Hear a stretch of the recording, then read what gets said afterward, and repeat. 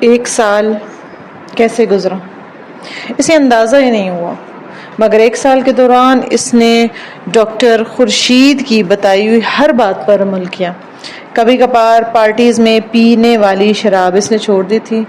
اپنی سیکرٹری کے ساتھ اس کا میل جول ختم ہو گیا تھا۔ وہ ہر رات ڈاکٹر خورشید کے پاس آتا اور انہیں اپنے پورے دن کی رودات سناتا، زندگی میں چھوٹے بڑے مسائل کو جن کو وہ کبھی خاطر میں بھی نہیں لایا تھا، مگر اب وہ ان مسائل کو ایک نئے سرے سے دیکھنے لگا تھا۔ اس کے اندر پہلے سے زیادہ برداشت تھی، اس کے اخلاقی اقدار میں بہت سی تبدیلیاں آئی تھیں۔ اب اسے آہستہ آہستہ یہ احساس ہونے لگا تھا کہ وہ دانستہ طور پر دنیا کی سب سے بڑی نعمت کو پا بیٹھا تھا۔ مسلمان ہونا اور ایمان حاصل کرنا ہر انسان کے مقدر میں نہیں ہوتا۔ اسے اس عورت پر اور پیار آتا جس کے حصول کی خواہش نے اسے مسلمان ہونے پر مجبور کیا تھا، اور مسلمان بننے کے بعد وہ جیسے مقام پر پہنچ گیا ہو۔ اپنے والدین کو اس نے مذہب کی تبدیلی کے بارے میں کچھ نہیں بتایا تھا، مگر اس نے یہ ضرور بتایا تھا کہ وہ کچھ عرصے بعد پاکستان میں ایک مسلمان لڑکی سے شادی کر لے گا۔ مسلمان لڑکی سے شادی؟ کیا تم مسلمان ہو جاؤ گے؟ اس کے باپ کو جیسے یکدم ایک خوف نے ستایا۔ نہیں، میں ایسے ہی رہوں گا جیسے اب ہوں، اور وہ اپنے مذہب پر قائم رہے گی۔ اس معاملے میں ہم نے سمجھوتا کر لیا، اور اس نے یہ جھوٹ بول کر اپنے ماں باپ کو مطمئن کر دیا تھا۔ ان دونوں کے بارے میں دونوں کے ذہن میں اس لڑکی کے حوالے سے کچھ خدشات ابھرے تھے، مگر ایمان نے وہ ساری چیزیں بتا کر تسلیاں اور دلاسے دے کر مطمئن کر دیا تھا۔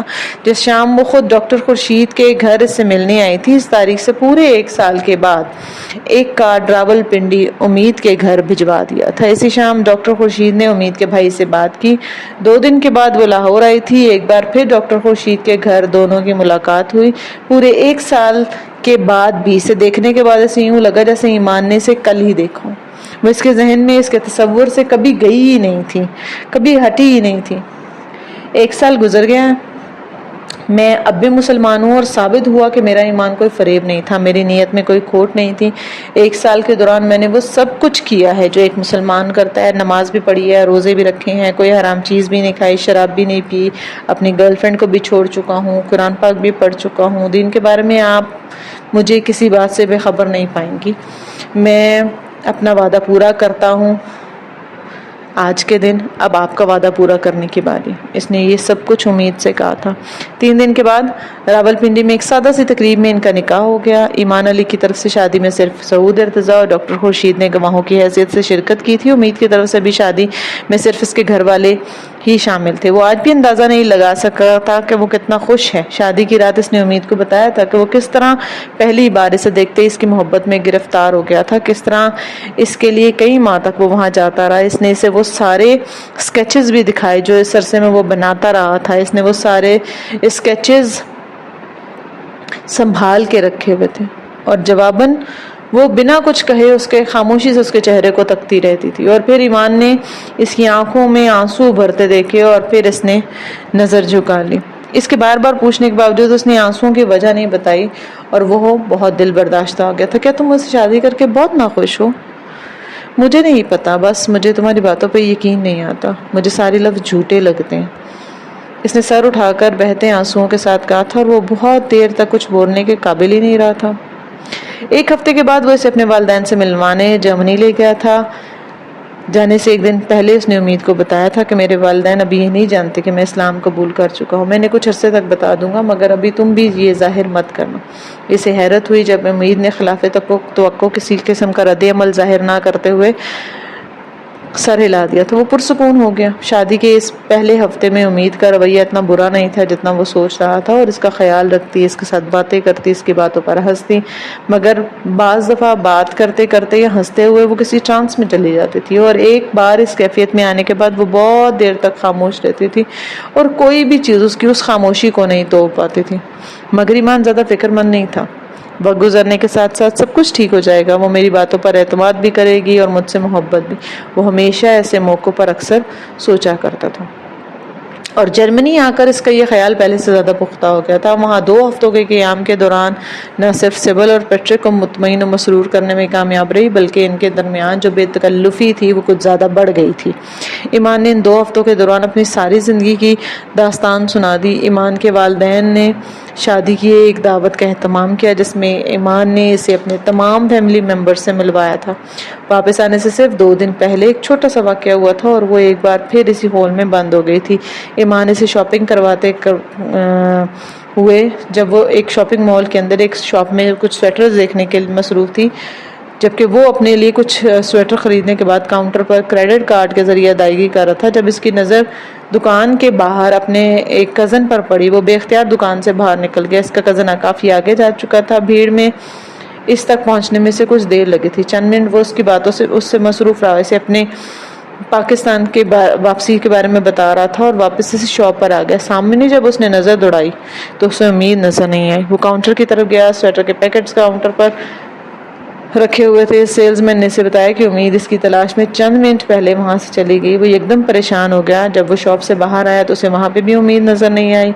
وہ چند منٹ وہیں کھڑا پریشان رہا اور پھر وہ واپس نہیں آیا، اور اب اس کی سمجھ میں نہیں آ رہا تھا کہ وہ وہاں کھڑا رہے یا اسے ڈھونڈنے کے لیے چلا جائے۔ پھر وہ پلٹ کر واپس اندر سیلز گرل کے پاس آیا، اسے یہ ہدایت کر کے کہ اگر وہ واپس آئے تو اسے وہیں بٹھا لے۔ وہ خود مال میں اسے ڈھونڈنے لگا۔ وقت جتنی تیز سے گزر رہا تھا اس کے اضطراب میں اتنا ہی اضافہ ہو رہا تھا۔ اسے پچھتاوا ہو رہا تھا کہ وہ اسے وہاں اکیلا چھوڑ کر کیوں گیا، جبکہ اسے جرمن زبان بھی نہیں آتی، وہ رستوں سے بھی واقف نہیں ہے۔ ٹیکسی لے کر وہ واپس بھی نہیں جا سکتی کیونکہ اسے پتہ بھی نہیں معلوم تھا۔ وہ کچھ زیادہ پریشان ہو گیا۔ تبھی مال کے پبلک ایڈریس سسٹم پر ایک اعلان ہونے لگا اور وہ تقریباً بھاگتا ہوا انتظامیہ کے آفس کی طرف گیا، اور وہ وہاں پہنچ چکی تھی اور اب پبلک ایڈریس سسٹم پر اس کا نام پکارا جا رہا تھا۔ آفس میں داخل ہوتے ہی اس نے ایک کرسی پر بیٹھی ہوئی امید کو دیکھی۔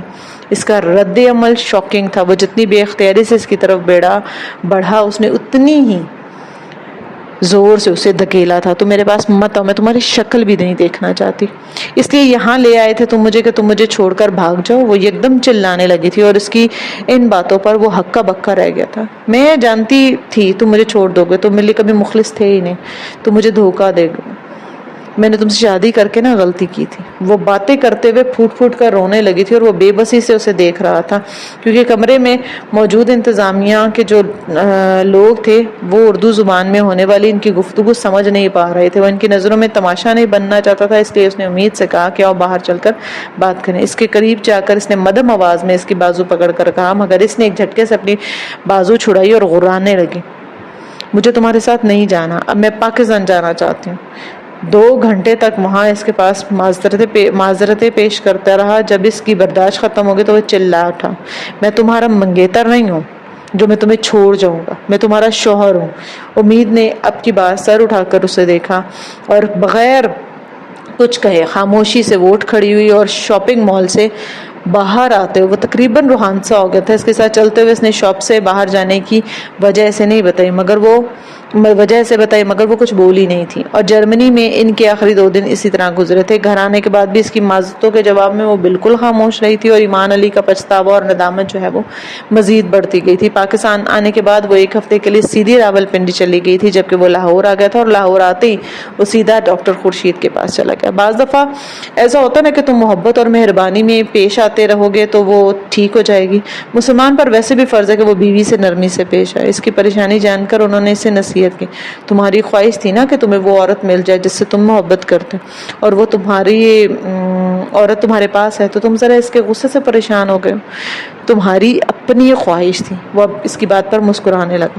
تھوڑا سا غصہ نہیں ہے، اس میں بہت زیادہ غصہ ہے۔ وہ اس کی بات سن کر ہنس پڑے۔ جب اسے تم سے محبت ہو جائے گی نا تو یہ سارا غصہ ختم ہو جائے گا، ابھی تو تم دونوں کو ساتھ زندگی گزارتے ہوئے بہت زیادہ عرصہ نہیں ہوا۔ وہ ان کے پاس سے واپس آنے کے بعد بہت پرسکون تھا۔ 1 ہفتے کے بعد جب وہ راولپنڈی سے لینے کے لیے گیا تو اسے بہت نارمل طریقے سے ملی تھی، یوں جیسے ان کے درمیان کوئی جھگڑا ہوا ہی نہیں، جس پر ایمان نے شکر ادا کیا تھا۔ ان کی زندگی بہت نارمل گزر رہی تھی۔ امید کا رویہ عام طور پر ایسا نہیں ہوتا تھا جس پر اسے اعتراض ہو، مگر بعض اوقات جب وہ اپنے مخصوص ٹرانس میں چلی جاتی تو ایمان کو تکلیف ہوتی، کیونکہ اس وقت وہ بہت تلخ اور اکھڑ ہو جایا کرتی تھی۔ مگر ایسے لمحات میں بھی ایمان کو کبھی اس سے شادی پر پچھتاوا نہیں ہوا، کیونکہ اس نے اس سے شادی کر کے اپنی زندگی میں ایک ٹھہراؤ، ایک سکون محسوس کیا تھا، اس لیے وہ اس کے ان موڈز کو بھی بڑی خندہ پیشانی سے برداشت کر لیا کرتا تھا۔ ایسے ہی موڈ میں ایک دن امید نے بڑی تلخی سے اس سے کہا، تمہیں پتہ میں تم سے محبت نہیں کرتی، میں نے تم سے صرف شادی کی ہے، میں صرف زندگی تمہارے ساتھ گزاری، کیونکہ ایک گھر چاہیے ہوتا ہے، وہ مجھے تم سے مل گیا۔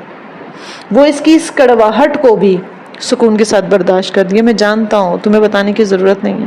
کیوں ضرورت نہیں ہے؟ مجھے بتانا چاہیے نا کہ مجھے تم سے. ایمان نے اس کی بات کاٹی اور کہا میں جانتا ہوں تمہیں مجھ سے محبت نہیں. کوئی بات نہیں, میں نے مطالبہ نہیں کیا کہ تم مجھ سے محبت کرو. وہ بالکل ساکت کھڑی تھی. تمہیں دراصل محبت مل گئی ہے نا, اس لیے تمہیں پرواہ نہیں ہے. اگر نہ ملتی نا تو پھر تمہیں احساس ہوتا.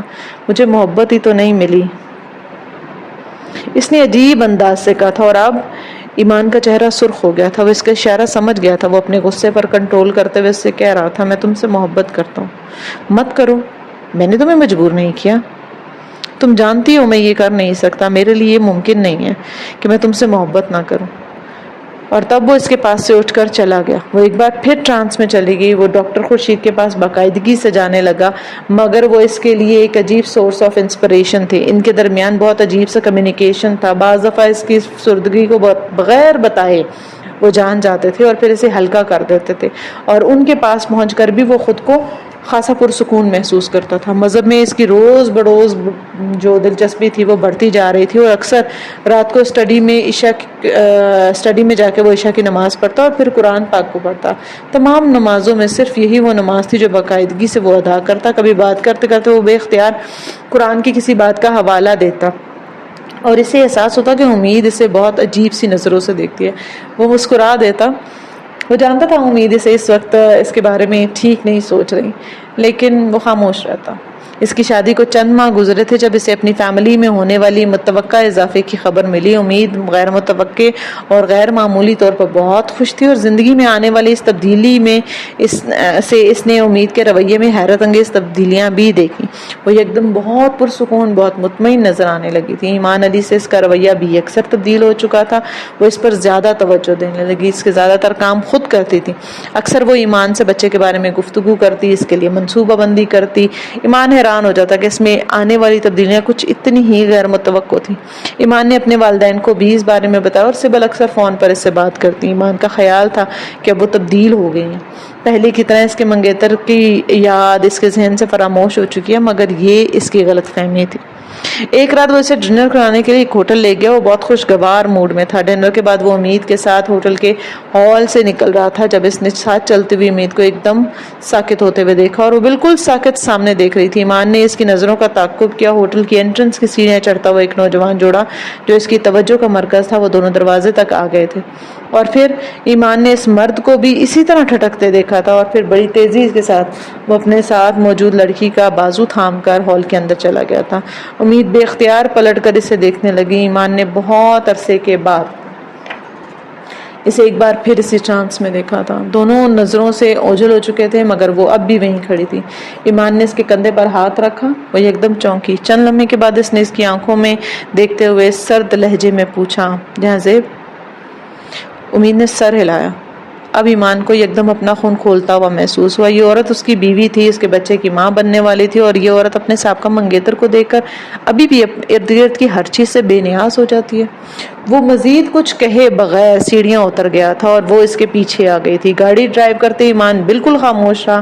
گھر جا کر اس نے اپنے کپڑے چینج کیے. ڈریسنگ کے سامنے کھڑے ہو کر وہ اپنے بالوں میں برش کرتا ہوا جب اس نے امید کو اپنے پاس آ کر اپنے بازو پر ہاتھ رکھتے دیکھا. ایمان, میں دراصل مجھے کچھ کام ہے, اس لیے میں اسٹڈی میں جانا چاہتا ہوں, مگر میں تم سے بات کرنا چاہتی ہوں. امید, میں فی الحال تم سے کوئی بات نہیں کرنا چاہتا, اس لیے مجھ سے کوئی بات کرنے کی کوشش مت کرو. وہ وہاں رکے بغیر اسٹڈی میں آ گیا تھا. وہ اس وقت کچھ زیادہ ہی دل برداشتہ تھا. نماز پڑھنے کے بعد وہ کمپیوٹر پر اپنا کام کرنے لگا, مگر اس کا ذہن ابھی بھی منتشر تھا.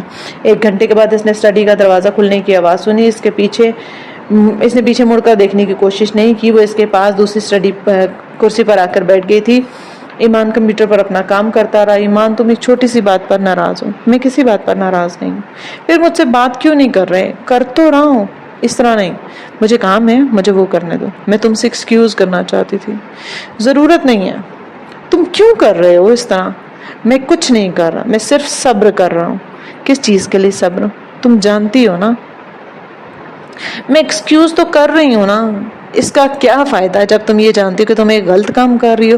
تم کیوں کر رہی ہو؟ ایک ایسے شخص نے جس نے 9 سال تک تمہیں منگیتر رکھنے کے بعد بھی تم سے شادی نہیں کی, اس کے لیے تم کیوں پریشان ہو؟ جو شخص تم سے محبت کرتا ہے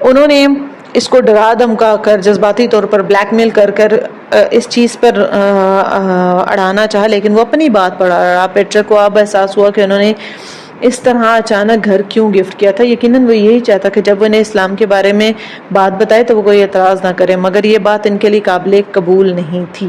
جب انہوں نے اس کے بہت سمجھانے پر بھی وہ اپنی بات پر ڈٹا رہا تو پھر انہوں نے اس سے کہا کہ وہ اسلام چھوڑ دے یا پھر انہیں ہمیشہ کے لیے چھوڑ دے۔ تو ایمان نے ان کو بہت سمجھایا اور کوشش کی کہ وہ دونوں کو لے کر چلے، لیکن اس کا اپنی فیملی کو دیکھ کے جو رد عمل تھا، خصوصاً اس کے ماں باپ کا جو ریاکشن تھا، اسے اس کی توقع تھی، اس لیے اس نے اپنے ماں باپ کے لیے گھر خریدتے ہوئے بھی وہ جانتا تھا کہ یہ تحفہ اس کی طرف سے ان کے والدین کے لیے آخری تحفہ ہو سکتا ہے، اور یہ بھی جانتا تھا کہ اس کے والدین سے الگ ہونا اس کے لیے بہت تکلیف دہ ثابت ہو سکتا ہے۔ وہ صرف اس کے لیے نہیں بلکہ اس کے والدین کے لیے بھی تھا، کیونکہ اکلوتی اولاد کو عمر کے اس حصے میں خود سے علیحدہ کرنا بہت مشکل ہو جاتا ہے، مگر اس کے پاس کوئی دوسرا راستہ نہیں تھا۔ وہ خود پہلے سے اس کام کے لیے ذہنی طور پر آمادہ ہو چکا تھا، مگر اس کے باوجود جرمنی سے امریکہ جاتے ہوئے اسے بہت زیادہ ڈپریشن ہو گیا تھا۔ امریکہ میں اس نے ان کمپنیز میں انٹرویو دی جہاں وہ پچھلے کچھ عرصے سے اپلائی کر رہا تھا۔ چند انٹرویوز میں مصروف رہنے کے بعد ایک شام وہ قریبی مارکیٹ میں پیدل جانے کے لیے نکلا۔ اسے اندازہ ہی نہیں ہوا کہ اس کے تعاقب میں کچھ لوگ ہیں۔ چند سیاہ فاموں نے اسے یکدم روکا، گن پوائنٹ پر انہوں نے اس کی تمام جیبیں خالی کروائی۔ اس نے مزاحمت کی کوشش کی تو انہوں نے بری طرح سے اس کو مارنا پیٹنا شروع کر دیا۔ ریوالور کی بیک سائڈ سے انہوں نے اس کے سر پر کچھ ضربیں لگائیں تو وہ ہوش و حواس سے محروم ہو گیا۔ ایک ہفتے کے بعد جب اسے ہوش آیا تو وہ ہاسپٹل میں تھا۔ اس کے پاس ایسی کوئی چیز نہیں تھی جس سے اس کی شناخت ہو سکے، اس لیے ڈاکٹرز نے اس کے ہوش میں آنے کا انتظار کیا، مگر ہوش میں آنے کے بعد بھی وہ کئی دن تک رابطے کے لیے کوئی نمبر نہیں بتا سکا۔ جب وہ آہستہ آہستہ نارمل ہونا شروع ہوا تب اس نے سوچا کہ امید کو اس حادثے کے بارے میں اطلاع دینا بیکار ہوگا، وہ خواہ پریشان ہو جائے گی۔ تب ہاسٹل سے ڈسچارج ہونے کے بعد اس نے پاکستان فون کیا، مگر اسے پتہ چلا کہ امید جو ہے وہ راولپنڈی جا چکی ہے۔ اسے کچھ دن اور امریکہ میں گزارے۔ اس دوران 2 کمپنیز نے اسے جاب کی آفر بھی کی اور وہ مطمئن ہو کر واپس پاکستان آ گیا۔ راولپنڈی میں امید کے رویے نے اسے حیران کر دیا اور آہستہ آہستہ یہ جو حیرانی تھی یہ پریشانی میں تبدیل ہونا شروع ہو گئی۔ وہ اندازہ کر سکتا تھا کہ اس کے باہر جانے کے بعد، رابطہ ختم کرنے کے بعد وہ پریشان اور ناراض ہو گئی، مگر وہ یہ نہیں جانتا تھا کہ وہ اس طرح کے رد عمل کا مظاہرہ کرے گی۔ یعنی وہ اسے بتانا چاہتا تھا کہ اس کے ساتھ کیا ہوا، لیکن وہ کچھ سننے کو تیار نہیں تھی۔ لاہور آنے کے بعد بھی اس کا رویہ نہیں بدلا۔ وہ لاہور پہنچ کر اپنے کچھ کام نمٹانے سے گھر سے باہر گیا۔ جب وہ واپس آیا تو گیٹ پر بہت بار ہارن دینے کے بعد بھی جب گیٹ نہیں کھلا تو وہ پریشان ہو گیا۔ اس سے پہلے کہ وہ خود اتر کر چوکیدار کو آواز دیتا، گیٹ یکدم کھلا اور چوکیدار کے بجائے وہ گیٹ جو ہے امید نے کھولا تھا۔ جب اس نے اس سے پوچھا تو اس نے بتایا کہ وہ کسی ایمرجنسی کی وجہ سے چلا گیا، اس لیے گیٹ کھولنے کے لیے اسے آنا پڑا۔ گھر کے اندر آ جانے کے بعد جب اس نے ملازم کو بھی نہیں پایا تو امید نے اسے بتایا کہ امید اس کو بھیج چکی ہے۔ اسے امید کی حرکات و سکنات کچھ عجیب سی لگ رہی تھی، مگر اس نے زیادہ غور نہیں کیا۔ جب وہ اندر اپنے کمرے میں آیا تو اس نے اپنے سارے گفٹس کمرے کے کارپیٹ پر پھیلے ہوئے دیکھے تو اس کی رنجیدگی میں کچھ مزید اضافہ ہوا۔ اس نے کارپیٹ سے سارے چیزیں اٹھائیں اور پھر ڈریسنگ روم میں رکھ دی۔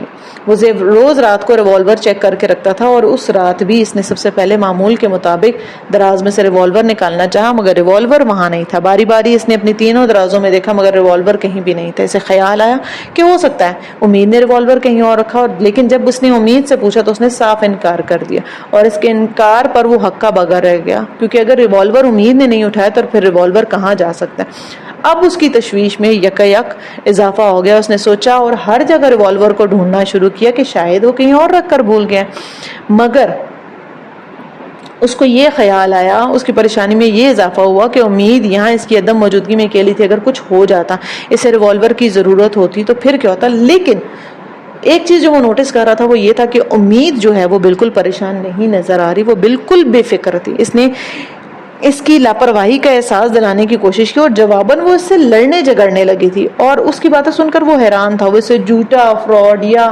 گنہگار پتہ نہیں کیا کیا کہہ رہی تھی اور وہ دل برداشتہ ہو گیا تھا۔ وہ اپنا سب کچھ چھوڑ کر یہاں پاکستان آیا تھا، اپنی شناخت، اپنے ماں باپ، سب، اور وہ اسے طنز کر رہی تھی۔ اس وقت اس کا ذہن بس یہیں تک رہ گیا تھا۔ اسے اندازہ نہیں تھا کہ وہ اسے کس حوالے سے یہ سب کچھ کہہ رہی۔ وہ اس کی باتوں کے جواب رد عمل میں وہ بھی خاموش نہیں رہا۔ شاید جھگڑا اور طول پڑتا، مگر پھر یہ سوچ کر وہ خاموش کہ وہ جس حالت میں ہے نا، مجھے اس کو ذہنی اذیت نہیں دینی ہے، اس لیے اچھا ہوگا کہ نہ چاہتے ہوئے بھی خاموش ہو لیا جائے. اس کی چھٹی حص جو ہے وہ اسے یکدم کسی خطرے سے آگاہ کرنے لگے. ریوالور کا غائب ہونا، چوکیدار کا چلے جانا، ملازم کا بھی وہاں نہ آنا، یہ باقاعدہ کوئی پلاننگ ہو سکتی ہے. اس نے فون کر کے ایک سیکیورٹی ایجنسی سے ایک گارڈ منگوایا اور پھر انٹرکام پر ملازم کو بلا کر اس نے ریوالور کے بارے میں پوچھا، اور ملازم نے بھی جب اسے یہ کہا کہ وہ اس بارے میں نہیں جانتا تو اب پریشانی مزید بڑھ چکی تھی. اس نے ملازم کو واپس بھیج دیا. گارڈ کے آنے کے بعد اس نے اندرونی دروازہ بند کرنے سے پہلے پورے گھر کو اچھی طرح چیک کیا، کہیں بھی کوئی غیر معمولی چیز نہیں ہوئی تھی. اچھی طرح دروازے لاک کرنے کے بعد اس نے کچن میں جا کر دیکھا اور پھر وہ اپنے اسٹڈی روم میں واپس چلا گیا. کچھ دیر وہاں وہ پریشانی کی عالم میں بیٹھا رہا. امید کا رویہ اس کے لیے کافی حوصلہ شکن تھا اور اس نے اپنے ذہنی انتشار کو کنٹرول کرنے کے لیے قرآن پاک کا انگلش میں جو ٹرانسلیشن تھی وہ نکال کر پڑھنا شروع کی. 15-20 منٹ وہ اس کام میں مصروف رہا. پھر اس نے قرآن پاک کو رکھنے کے لیے شیلف کی طرف جب ہاتھ بڑھایا تو قرآن پاک واپس رکھتے ہوئے اس کے کونے میں نظر پڑی وہ کتابیں نظر آئیں جو باہر جانے سے کچھ دن پہلے ڈاکٹر خورشید نے اسے دی تھی اور اس نے انہیں ابھی تک نہیں پڑھا تھا.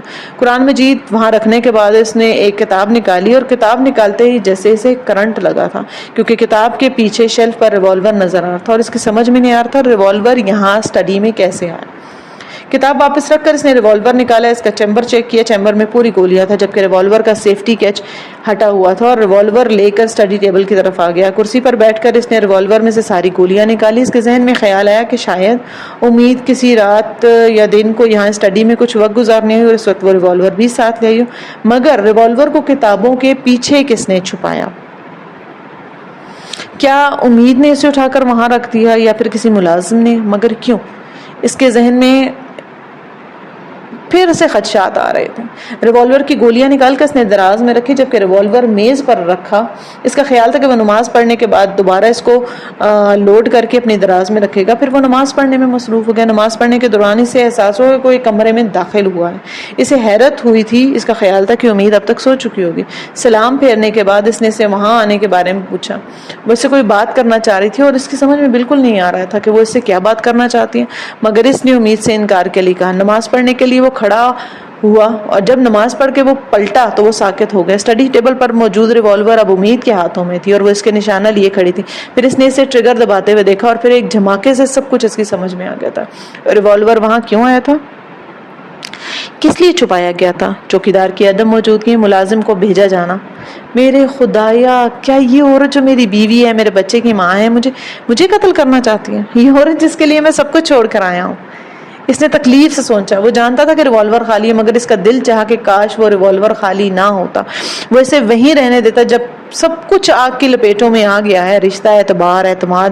اسے یاد آیا کہ ڈاکٹر خورشید نے کہا تھا کہ تم صحیح راستے پر قدم بڑھا چکے ہو، مسلمان ہو چکے، اب تمہاری آزمائشوں کا سلسلہ شروع ہوگا. پچھلے 1 ماہ سے وہ ایسی ہی آزمائشوں سے گزرا تھا اور ہر بار وہ فخر سے سوچتا کہ آزمائش نے اسے سرنگو نہیں کیا، مگر اسے اندازہ ہو رہا تھا کہ آزمائشوں کے بھی درجے ہوتے ہیں. وہ جن آزمائشوں سے گزرا وہ ابتدائی نوعیت کی تھی مگر اب اس کے سامنے جو آزمائشیں آن کھڑی تھی وہ اس کے لیے بہت سخت ثابت ہوئی تھی.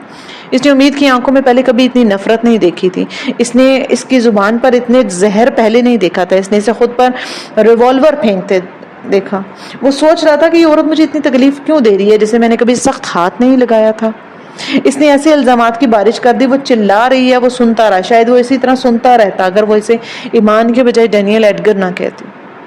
صرف اس ایک نام کے لینے سے وہ پچھلے 1 ماہ سے کیا کچھ برداشت کر. اس نے اپنے ماں باپ چھوڑ دیے تھے، اس نے اپنا کریئر چھوڑ دیا تھا. ایک اچھا مسلمان ایسی چیزوں پر استقامت اور ثابت قدمی دکھاتا ہے. میں بھی یہی دکھاؤں گا. پیدائشی مسلمان نہ صحیح مگر میں مسلمان تو ہوں اور مجھے بھی تکلیف اور آزمائش میں صبر سے کام لینا چاہیے.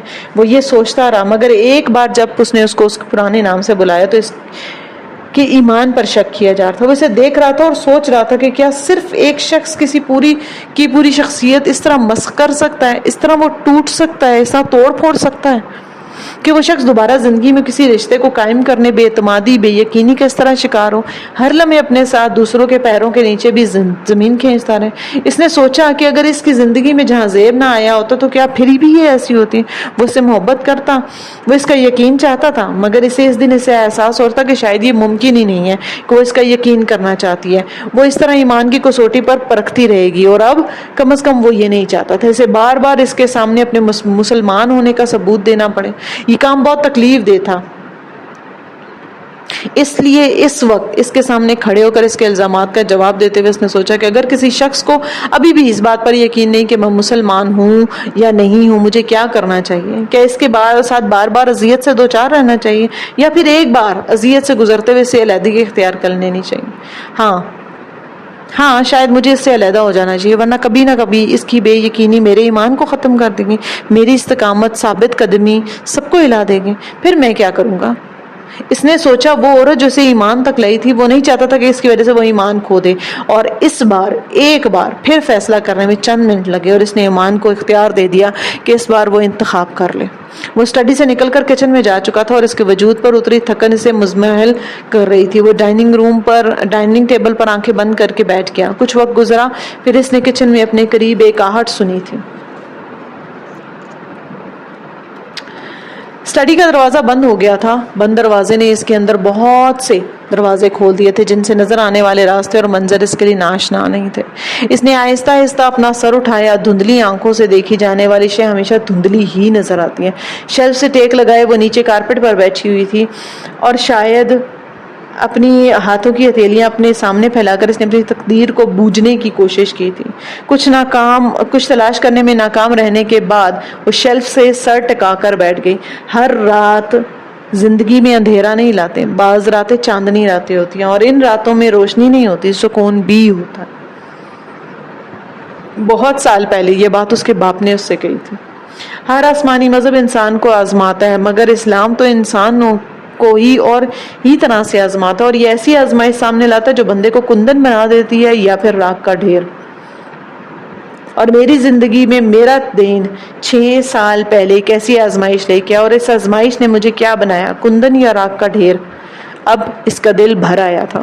مجھے ایمان اور محبت میں سے کسی چیز کا انتخاب کرنا تھا، اور میں نے ایمان کا انتخاب کیا، اور اس کے بعد میں آج تک پچھتاوے کا شکار رہی۔ میں تو پیدائشی مسلمان تھی نا، میرا عقیدہ، میرا مذہب کسی کمزوری کا شکار نہیں تھا، پھر بھی میں صراط مستقیم پر اٹھنے والے پہلے قدم کو میں انگاروں پر چلنے کے مترادف سمجھتی تھی۔ 6 سال پہلے ایمان اور محبت میں کیے جانے والے جس انتخاب کے لیے میں کئی ہفتے وہموں اور سوچوں کی طرف فان سے گزرتی رہی، وہی انتخاب ایمان علی نامی اس شخص نے چند منٹوں کے اندر میرے سامنے کھڑے ہو کر کسی رنج، کسی پچھتاوے، کشمکش کے بغیر کر لیا، اور وہ شخص جو میرے دین میں صرف 2 سال پہلے آیا تھا۔ میں نے بھی ایمان کے لیے محبت کو چھوڑا تھا نا، مگر جس بے رحمی کے ساتھ یہ شخص چھوڑ کے گیا، اس طرح تو نہیں۔ کہ اس کا ایمان مجھ سے زیادہ مضبوط ہے، یا پھر ایمان صرف اسی کے پاس ہے؟ اور میں کون ہوں، کیا ہوں؟ محبت کے صرف شراب میں گرفتار ایک بے وقوف لڑکی۔ تمہیں پتہ ہے امید اس شخص نے تمہارے ساتھ کیا کیا؟ اس نے تمہارے اندر بے یقینی کا ایک بوجھ بویا ہے۔ اس نے اس بیج کو سینچ کر درخت بنایا، اور اب بے یقینی اور بد اعتمادی کا یہ درخت اتنا تناور ہو چکا ہے کہ تم چاہو بھی نا تو اسے کاٹ نہیں سکتی۔ ہاں ایسا ہی تھا ایمان علی، میں اس درخت کو اب کاٹ نہیں سکتی، مگر میں اسے جڑ سے اکھاڑ سکتی ہوں۔ مجھے محبت کے وجود پر یقین نہیں تھا، شاید اس لیے مجھے محبت ہو گئی، اور اس محبت نے مجھے یقین اور ایمان دیا۔ اس کے کانوں میں ایمان کی آواز گونج رہی تھی۔ تم نے ہمیشہ محبت کے وجود پر یقین کیا ہے نا، محبت تمہیں بھی ہوگی، مگر تمہاری محبت نے تمہیں یہ دونوں چیزیں نہیں دی۔ میری محبت نے مجھے ایمان بھی دیا ہے اور یقین بھی، جبکہ تمہاری محبت نے تم سے ایمان اور یقین چھین لیا ہے۔ ہاں تم نے ٹھیک کہا ہے، میری محبت نے مجھے ایمان سے دور کیا ہے، تمہاری محبت تمہارے ایمان کے پاس لے ہے۔ فرق صرف اس میں نہیں ہوتا جسے محبت کرتے ہیں، فرق اس میں ہوتا ہے جو محبت کرتا ہے۔ میں نے محبت کر کے صرف کھویا ہے، تم نے محبت کر کے صرف پایا۔ میں کیا، کوئی بھی تمہیں اور تمہارے ایمان کو کسی کسوٹی پر پرکھنے کی جرت نہیں کر سکتا، اور میری یہ خوش قسمتی ہے کہ اللہ نے ایک ایسے شخص کو میرے مقدر میں لکھا ہے، اور میں آنکھیں بند کیے دلدل میں اس ہاتھ کو تلاش کر رہی ہوں جو مجھے دلدل کے اندر کھینچ لینا چاہتا تھا، اور آج اتنے سالوں کے بعد پہلی بار تمہاری قید سے آزاد ہو گئی ہوں۔ جہاں زیب پہلی بار مجھے تمہارے چہرے پر وہ لگی ہوئی وہ سیاہی نظر آنے لگی ہے جسے تم نے میرے چہرے پر محبت کے نام پر مل دینا چاہتے تھے۔ پہلی بار مجھے احساس ہو رہا ہے کہ تب تمہاری طرف بڑھایا ہو جانے والا قدم مجھے کہاں لے جا سکتا تھا۔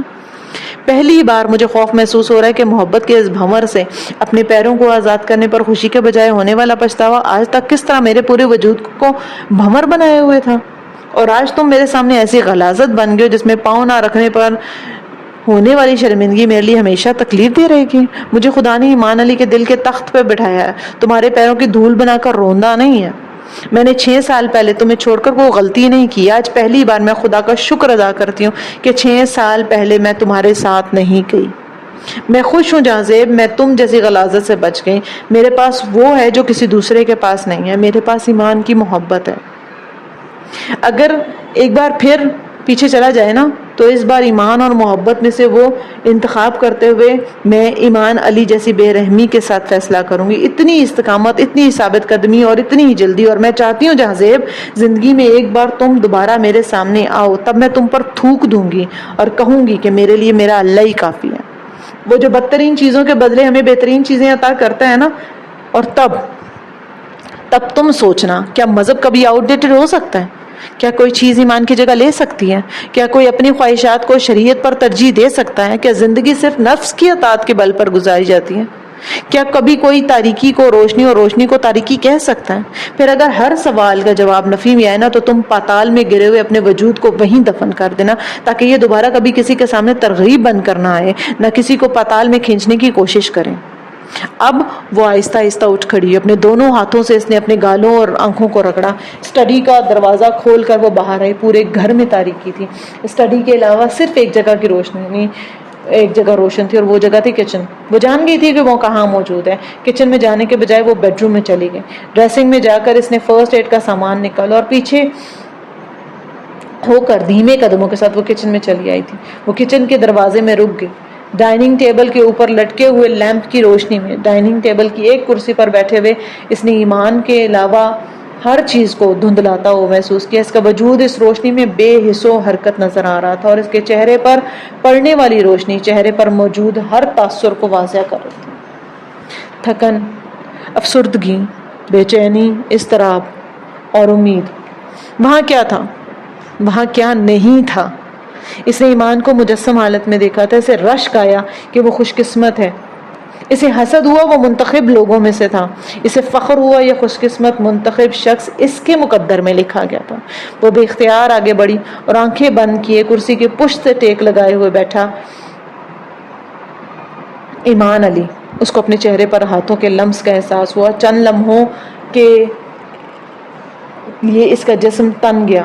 پھر جیسے سکون سرشاری کی ایک لہر اس کے وجود میں دوڑ. اس نے آنکھیں نہیں کھولی. وہ بڑی نرمی ملائمت سے اس کے زخم صاف کر رہی تھی. اس کی کنپٹی سے نیچے بہنے والے خون کو روئی کے ساتھ گردن تک صاف کر رہی تھی, اور اب وہ زخم پر موجود بال کاٹ رہی تھی. ایمان ایک دم ہی جیسے پرسکون ہو گیا تھا. سر میں ہونے والی تکلیف یکدم ختم ہو گئی تھی, اور ہر تکلیف ختم ہو گئی تھی. اس کے ہاتھوں کے لمس کا جادو تھا اور اس کی بینڈیج کر چکی تھی, مگر وہ اب بھی اسی طرح اس کے سر پر ہاتھ رکھے پاس کھڑی تھی. چند لمحے اور گزرے, پھر اس نے اپنے گال پر پانی کے چند قطرے محسوس کیے اور اس نے آنکھیں نہیں کھولی. وہ جانتا تھا کہ یہ پانی نہیں, آنسو ہیں. اپنے آنسو کسی دوسرے کے گال پر بہنے لگے تو کیا ہوتا ہے, وہ سوچ رہا تھا. کیا یہ پھر, مگر کیوں, اور اب مجھے کیا کرنا چاہیے؟ پھر اسے یاد آیا ڈاکٹر خورشید نے کہا تھا کہ ہمارا ہر عمل اللہ کے لیے ہونا چاہیے. ہماری دوستی, ہماری دشمنی, ہماری محبت, ہماری نفرت اپنے لیے کچھ نہیں ہونا چاہیے. اور میں اگر اللہ کے لیے اس کی ساری غلطیاں معاف کر دوں, اسے ایک بار پھر یقین اور ایمان کی زمین پر پیر جمانے کا موقع دوں, تو اگر اللہ نے زندگی میں اسے ایک ایسے عمل کے لیے اتنی چیزوں سے نواز دیا, تو کیا میں ایک بار پھر اسے اپنی محبت کے طور پر, اس نے سوچا تھا. اس نے اپنے دل کو ٹٹولا. اسے حیرت ہوئی, اس کے دل میں اب بھی وہی عورت تھی, وہی, اور وہ بھی وہیں کھڑی تھی جہاں کچھ دیر پہلے کھڑی تھی. وہ مسکرایا. ہاں, یہ معافی ہم دونوں کی آزمائش ختم کرتی, اور یہ چند لمحوں کا اظہار اور لارا زلفی بہت سے رشتوں کو مضبوط بنا سکتی. اور پھر اب جب ہم زندگی میں ایک نئے رشتے سے آشنا ہونے والے ہیں, یہ ضروری ہے کہ میں اس پر مہربانی کروں. ایک پارسا عورت اتنے کی تو مستحق ہوتی ہے نا کہ اس کی غلطیوں کو معاف کر دیا جائے. کیا امید کی آنکھوں میں آنسو آ سکتے ہیں؟ آنکھیں اس طرح بند کیے ہوئے اس نے مدھم آواز میں پوچھا. ایمان کے لیے آ سکتے ہیں, اور محبت کے لیے اب نہیں. وہ کچھ پوچھ رہا تھا، وہ جانتی تھی وہ خاموش رہا۔ اس کے چہرے پر نظریں جمائے وہ ہر نقش کو غور سے دیکھ رہی تھی۔ ڈائننگ ٹیبل کے ساتھ کھلی کھڑکی سے تیز ہوا کا ایک جھونکا آیا۔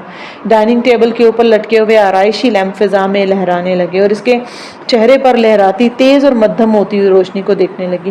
لیمپ آہستہ آہستہ جھول رہا تھا، خاموشی اور روشنی عجیب سے رقص میں مگن تھی۔ وہ اس کے بالوں میں سے آہستہ آہستہ اس کے ماتھے پر لے آئی، پھر ہاتھ کی ہتھیلی سے اس نے ایمان کی آنکھیں ڈھک دیں۔ ایمان کے ہونٹوں پر مسکراہٹ ابھری، جیسے وہ اس کے ہاتھوں کی حرکت سے محظوظ ہو رہا ہو۔ وہ اس کی آنکھوں پر ہاتھ رکھے چہرہ دیکھتی رہی، جیسے اس کی آنکھوں کو روشنی کے ہر برے سائے سے بچانا چاہتی ہو، جیسے سکون دینا چاہتی ہو۔ وہ گہرے سانس لیتا ہوا بہت پرسکون نظر آ رہا تھا۔ تیز ہوا کے جھونکے اندر آئے، اس نے اپنے گرد ہوا کو محسوس کیا۔ آندھی آ رہی تھی۔ اس بار اس نے ہر کھڑکی، ہر دروازہ بند کرنا تھا۔ اس بار وہ کسی بھی چیز کو آلودہ نہیں ہونا دینا چاہتی تھی۔ اپنے ارد گرد موجود ہر چیز سے یکدم بہت قیمتی لگنے لگی۔ وہ ہاتھ ہٹا کر بہت تیزی سے کھڑکی کی طرف گئی۔ ایمان نے آنکھیں کھول کر ایسا دیکھا، وہ کھڑکی بند کر رہی تھی۔ ہوا یکدم شدت اختیار کر گئی تھی، اسے وقت دقت ہو رہی تھی۔ ایمان بے اختیار اس کی طرف گیا، کھڑکی کا پٹ کھینچ کر ایک جھٹکے کے ساتھ اس نے کھڑکی کو بند کیا۔ باہر لان میں سے اٹھنے والا ہوا کا ایک بگولا اپنے ساتھ لیے ہوئے پتوں اور مٹی کے ساتھ کھڑکی کے شیشوں سے ٹکرایا۔ مٹی اندر تو نہیں آ سکی نا، کھڑکی کے شیشے سے مٹی اور پتے ٹکراتے ہوئے نیچے گر گئے۔ امید نم آنکھوں کے ساتھ مسکراتے ہوئے سحر زدہ سی کھڑکی سے ٹکرانے والے پتے اور مٹی کو دیکھ رہی تھی اور یکدم خود کو بہت محفوظ محسوس کر رہی تھی۔ باہر آنے والی گندگی اندر نہیں آ سکی اور اس بار کوئی آلودگی اندر آ ہی نہیں سکتی۔ اس بار ایمان اور امید ایک ساتھ کھڑے تھے۔ اس نے مسکراتے ہوئے سوچا۔ ایمان برق رفتاری سے کچن کی دوسری کھڑکیاں بند کر رہا تھا اور اس نے پلٹ کر اسے دیکھا اور وہ وہیں کھڑی تھی۔ مجھے یہ موسم پسند نہیں ہے، اتنی مٹی، ہر وقت کا طوفان، اور اب پھر صبح سارا گھر صاف کرنا پڑے گا، سارا دن ضائع کرے گا صابر۔ میری سمجھ میں نہیں آ رہا کہ یہ کھڑکیاں کیسے کھلی رہنے دیں۔ پتہ نہیں کس کس کمرے کی کھڑکیاں کھلی ہوں گی اور پتہ نہیں کہاں کہاں سے مٹی آئی ہوگی۔ وہ اب بولتے ہوئے کچن سے نکل رہا تھا اور وہ مسکرا رہی تھی، اور اس کے پیچھے کچن سے نکلتے ہوئے اس نے سوچا، ایمان کے شیشے پر کتنی ہی گرد، کتنی ہی مٹی کیوں نہ ہو، اسے صاف کیا جا سکتا ہے، بس صرف ایک بار ہاتھ پھیرنا پڑتا ہے اور شیشے میں سے عکس نظر آنا شروع ہو جاتا ہے، اور پھر ہر ہاتھ کے ساتھ عکس پہلے سے زیادہ صاف، زیادہ چمکدار ہوتا جاتا ہے، اور وہ ہاتھ اس محبت کا ہوتا ہے جو ایمان سے ہوتی ہے۔